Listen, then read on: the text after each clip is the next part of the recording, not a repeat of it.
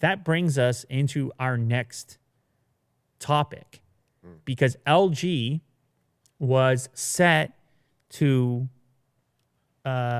possibly unveil more information about this device at MWC this year. MWC, the biggest convention for mobile on planet Earth. It happens in Barcelona once a year. And as of right now, it's still happening, but there's some chatter that it might not, or there's some chatter that it might not be what it normally is. And the reason for that, of course, is the outbreak in Asia.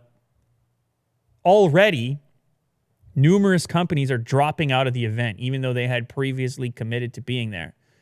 And that's no small thing. We're talking about big brands, LG being one of them. Said, no, thank you. We're out.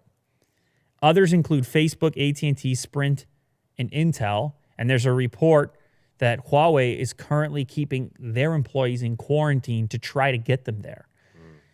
There's so much complication going on with this corona stuff. Here's a place where it has the potential to make a massive economic impact in an instant. Just boom, if this thing gets called off. Or if it just isn't what it normally is, if you have a low turnout. So I'm going to tell you why. This particular event, this was actually kind of surprising to me. Now, maybe it's not surprising to you since you're such a business guy, Will. But how much money do you think MWC brings into the local region when the show is on? Take a guess. Since you're the business guy around here. 500 million? Did you read this already? Did I? Did you read this already? $540 million. No. See, they don't call you the business guy for no reason. Round here. Round here. I want to hear. Wow. You got to give some credit to Willie Doo on that one. Give him a thumb or something. I don't know what you can't give him. I don't know what you can give him. Give him your thumb. Sure. $540 million for the city of Barcelona and 14,000 temporary jobs with more than 2,400 companies exhibiting. Now, I've never been to MWC, but I have been, of course, to CES multiple times. And you just see how it affects and impacts the local economy there when you have this influx in human beings. It just reaches out to all these different places. All the restaurants get the bookings and all the transport from place to place and all the hotels. And you know how this goes. Yeah, karaoke. All the karaoke bars. Yeah. And so forth. So what you might see here is some type of domino effect as these big brands announce that they're dropping out.